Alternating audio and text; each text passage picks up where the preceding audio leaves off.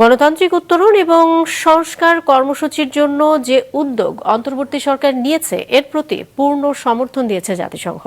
এই কর্মসূচি সফল করতে সরকারের পাশে থাকার অঙ্গীকার করেছে সংস্থাটির মহাসচিব আন্তোনিও গুতেরেস। জাতিসংঘের সদর দপ্তরের প্রধান উপদেষ্টা অধ্যাপক ডক্টর মোহাম্মদ ইউনূসের সঙ্গে বৈঠকে তিনি এ অঙ্গীকার করেন। নির্বাচনকে কেন্দ্র করে আগামী কয়েক মাস অত্যন্ত গুরুত্বপূর্ণ উল্লেখ করে নির্বাচন আয়োজনে জাতিসংঘের সহযোগিতা চান প্রধান উপদেষ্টা। পরে সংবাদ সম্মেলনে এসব কথা জানান প্রধান উপদেষ্টার প্রেস সচিব।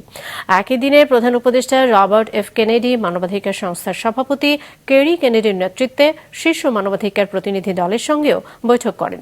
এদিকে স্বল্পোন্নত দেশ থেকে উত্তরণের প্রস্তুতি নিরপেক্ষভাবে মূল্যায়নে যে আনুষ্ঠানিক অনুরোধ বাংলাদেশ জানিয়েছিল তার সহায়তা দিতে সম্মতি দিয়েছে জাতিসংঘ।